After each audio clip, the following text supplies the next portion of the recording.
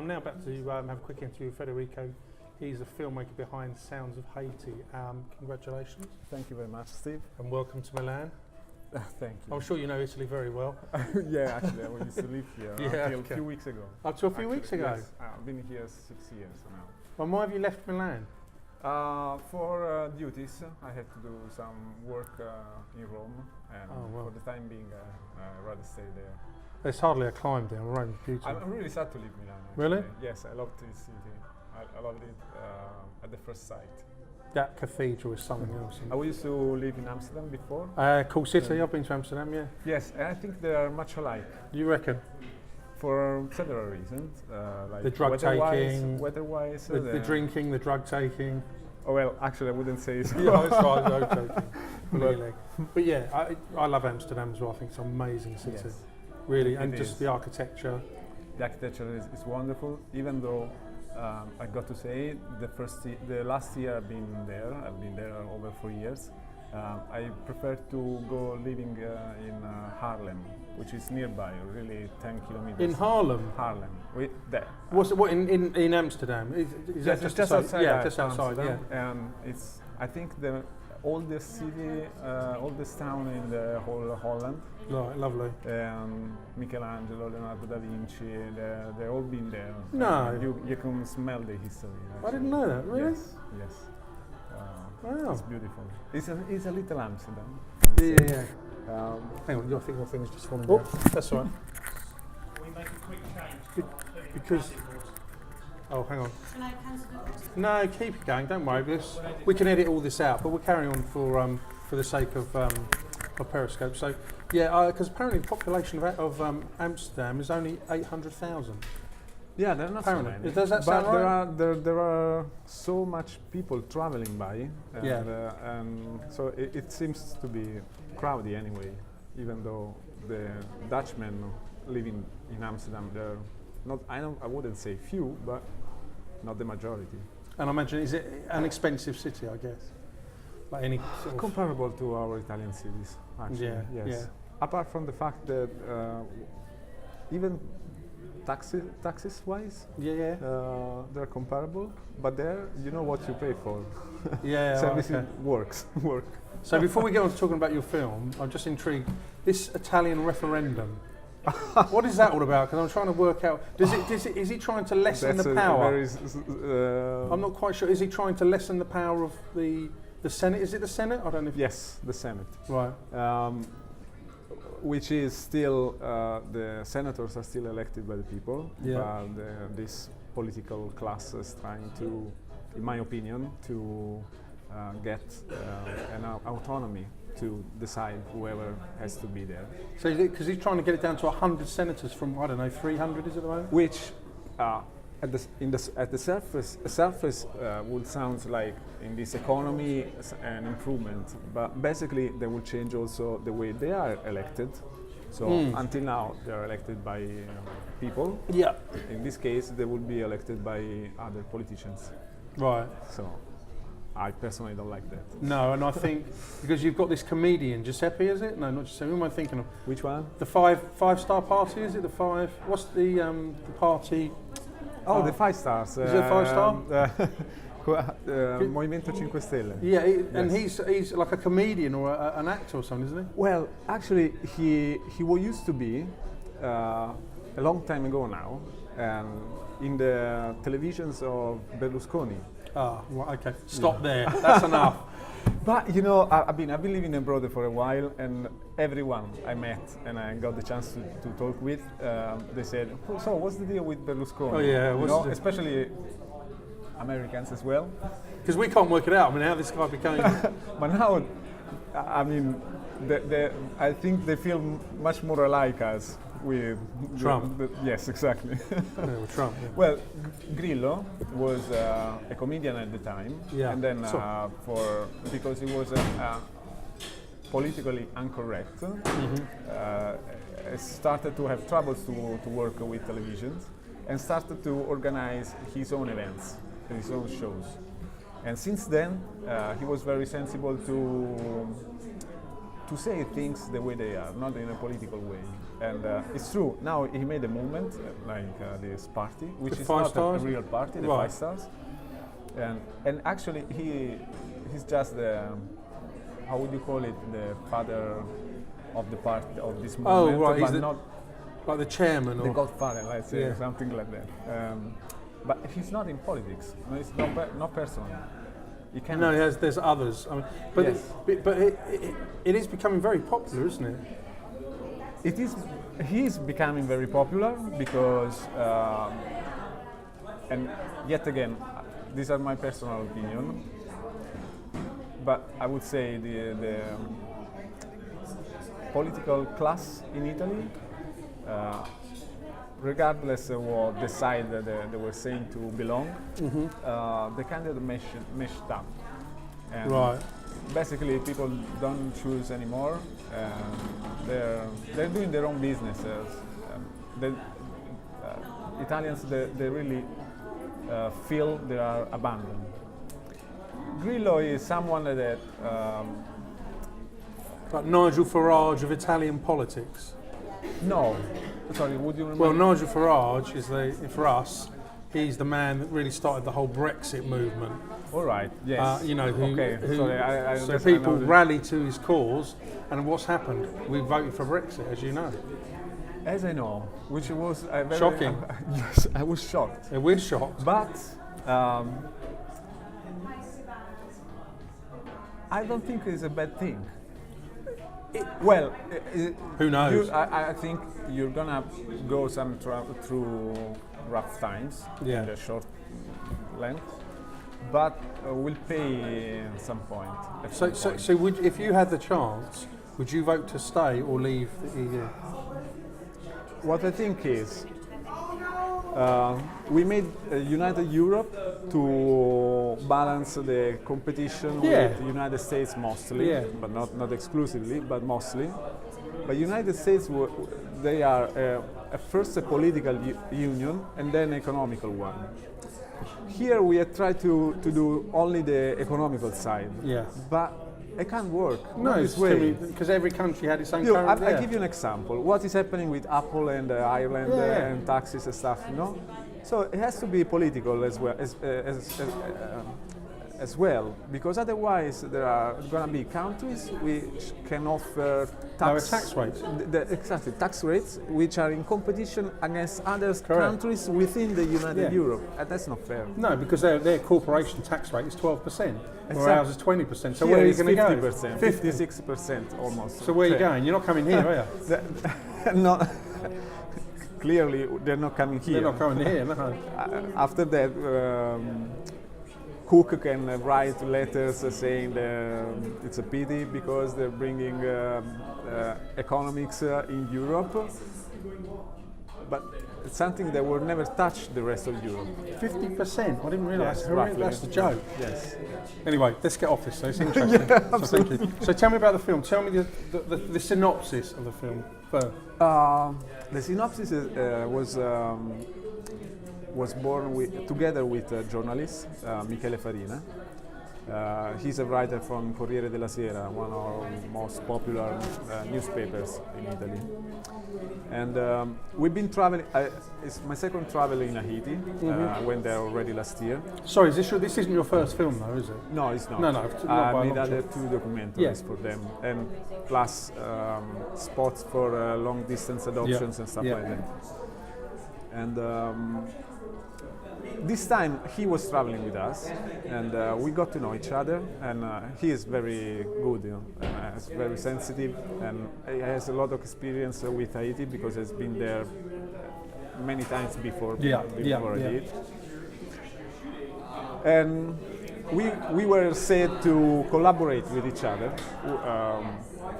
with Fondazione Francesca Rava, which is MPH.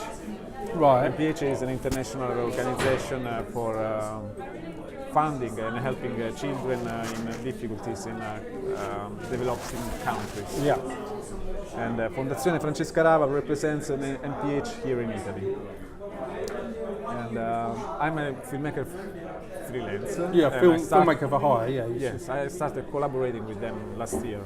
I'm not directly from the foundation, but I love them very much. Since I got to know them, I love them very much. So they asked us to collaborate, whatever we need from each other, if we could collaborate and share stuff. And so we did. At the end of the trip, we saw each other in the eyes, and he actually asked me, what do you think if I write an article about it? And what about the experience? About the experience we were having in Haiti. And we make a film of it. And I said, I'm always looking for nice pens. So just to be clear, there was no, at that time, you hadn't discussed about making a film, you just... No, I was intent to make film for the foundation. Right, but not necessarily... Not with him. And not necessarily this film, it just happened... No, not necessarily this film. Even though... so he proposed me this thing, and found me very, very interesting, because with the Fondazione Francesca Rava, since the beginning, I was having conversation to change a little bit the way they do videos for rice foundings and stuff like that, because there are so many they show numbers, horrible pictures, very tough pictures about these poor countries, and personally I feel there's after you've seen many of these, you have no memories otherwise. And my effort was to convince them to do a documentary, a video, which will, rather than showing the worst, try to get the affection to what you have seen and get involved on it. And I think this documentary is our first effort in this direction. I mean, are you pleased with the result? Yes. Kind of. There will be so much to show, and definitely will be a product that it needed much breadth. So a slight longer length, I would have loved it to have it. But since it's available online, anyone can watch it. And it's meant to be shared online. With the foundation, we were really scared about extra lengths, over the 5 minutes length. So, if you ask me if I'm really pleased about it, I say in the span in which we could do it, yes, I would say so. And also, when we were back, as soon as we decided to do it, my first thought was what would be the voice to tell this story. And in Italy, the voice that you hear telling the story is from an actor, a very popular one, and he gives his voice to American actors like Kevin Spacey, Jim Carrey. Very nice one. Roberto Pedicini is the actor. Italian. He's Italian, of course. And here at the festival, I made a version with subtitles, with caption, but the script is very tight. I mean, there's a lot to say, and I think the captions it's hard to follow them, even for an English-speaking person. And I'm looking find an English voice. So to dub it? Yes, for the international market, because MPH works pretty much everywhere, and so I think we need to show it abroad. So you don't need to adjust any of the footage, it will just literally be a new voiceover? Yes. That's simple. And tell me... Perhaps I will have to put my hands again on the cuts to adjust a few things, but basically no, I would say just the voice. And tell me about the whole filming process. Did that go smoothly? Was it an enjoyable experience? I don't know. Or was it tougher than you thought it would be? It wasn't my first time in Haiti, so I was Even prepared. so, yeah. And as much as tough as the country is, I kind of love it. Yeah. And it must be a beautiful country. I've never been there, but it must be amazing. Well, it is in a way, but I think it's a very subjective way. You have to find your own way to see the beauty, because actually the country is so very damaged, poor, yeah. destroyed, and not just the poverty, but so by the earthquake that has been there, that happened in 2010. Oh, with the like the hurricanes and now the hurricane. Yeah. The land is devastated, and there are no.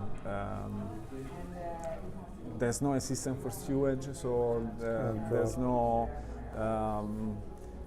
So no there's clean no water. There's no water. There's no water. There are trucks bringing water through the country, and so the roads are really messy and smelly because of the smoke, and people walks on garbage, basically. It is pretty much everywhere. And when it's not garbage, are the rest of buildings, and they're crashed when there was the earthquake.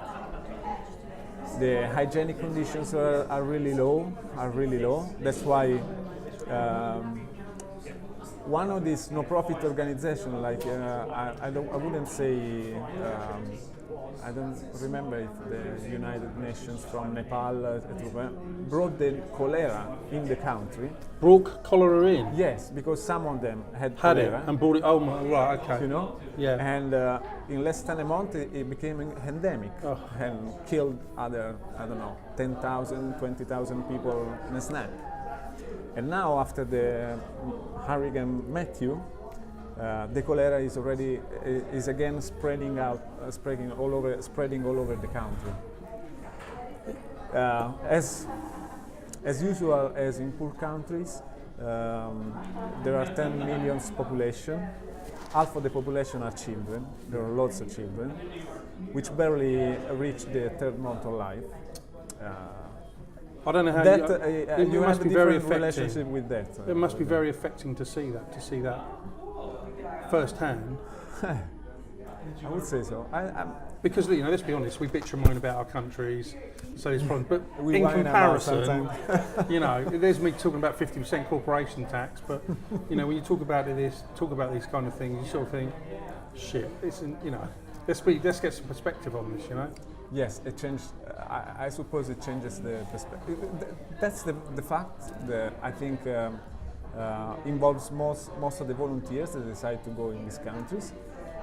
Anyone I heard, they say, I went there thinking that I will give something, and instead I can't explain myself why, but I'm back and I feel that they gave me something to me. Yeah. And it's true. It changed perspectives. Last year, my first experience with them, I was paid by a production house,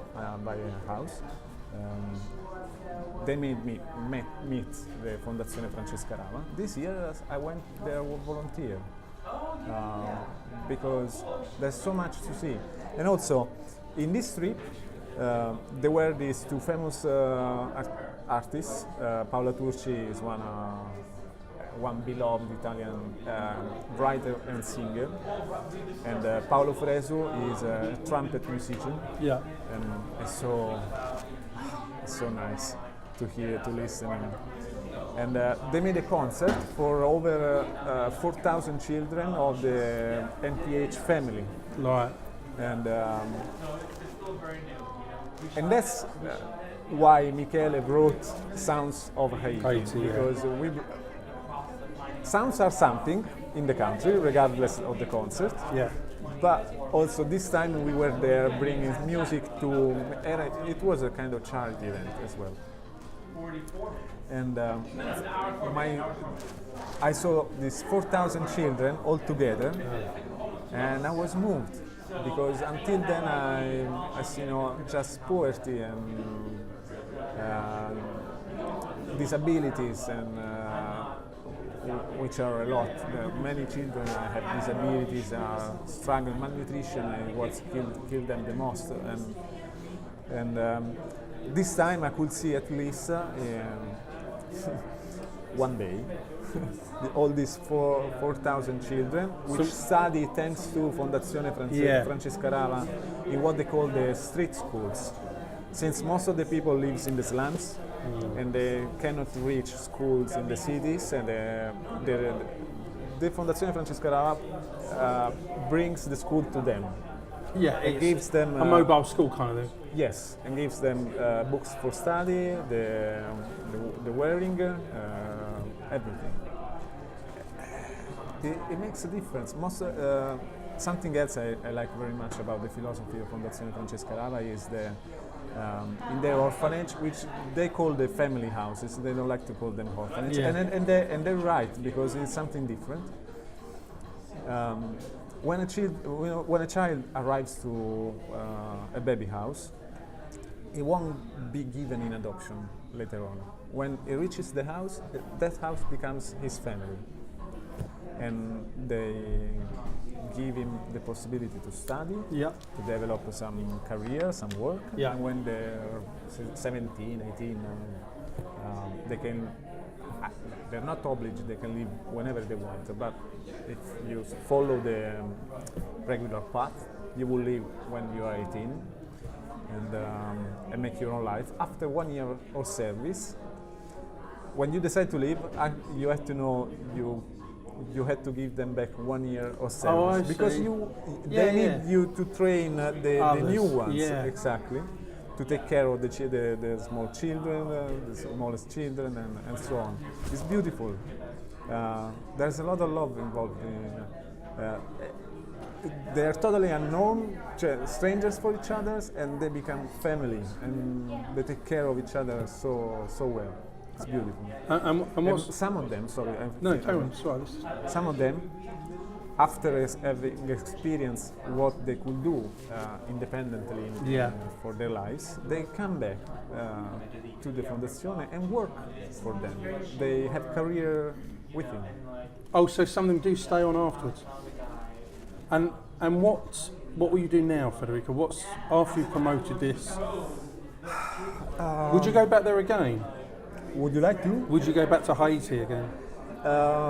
Yes, actually, what I'm looking for, because our trips were very short. Last year it was only 3 days. Is that all you spent full of appointments. So you had to cram it all in. You don't know how many places we reached in only 3 days. And this time, for Sons of Haiti, we've been there over 10 days. Oh, right, okay. But to me, it's not enough, because, well, the country is dangerous. There's a lot of criminality involved, and they're trying to getting back the land. And so, also the condition in which we have shot the pictures were very tough. We were asked not to take too much time and not to be recognized, and just jump out the truck, traveling all the time on the pickup of a pickup truck, jumping off of it, shoot, and go away as fast as you can. This was our belly days activity. What I'm trying to do with them, and to plan to stay there, 3-4 months, and get to know the people, to know their stories, to have their collaboration, to tell their stories in a much meaningful way.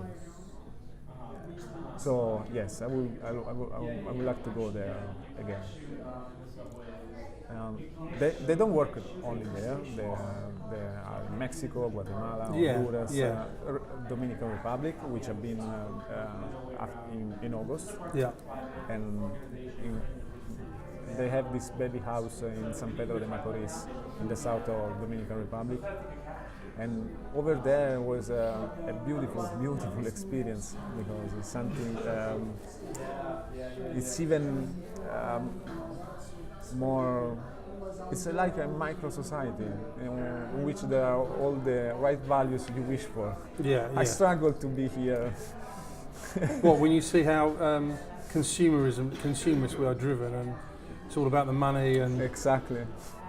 Okay. However, shooting Sounds of Haiti was challenging. The first time I was asked to go there, I used to have a 5D Mark III for low budget jobs. Mm-hmm. But I was very scared about the condition in which I was going to shoot. No electricity, extreme heat, and need to rig the camera and all the stuff in order to do focusing. You know, you had to. You can rely on a camera display, so you had to rig it and stuff like that. And at the time being, there was the C100 Mark II coming out. The first one, I didn't like it. It was not ready for. It was worth the money, I would say. Yeah. But on paper, I was reading the characteristics, the Canon, that Canon was filling the gap, and I thought, you know, this might be the right camera for the job. Yeah. And the first was delivered in Rome. I took it, I rented it, and went to Haiti. I basically unboxed it without knowing anything about the camera, and I went there. And I was so happy with it when I traveled back, I bought it. So this trip was again with the camera, which for the very style running and shooting is a perfect product. Yeah. And the imagery is wonderful. Yeah, I know, it's beautiful to look at. It's beautiful to look at. Federico, thank you. Thank you very much. Thanks for the chat.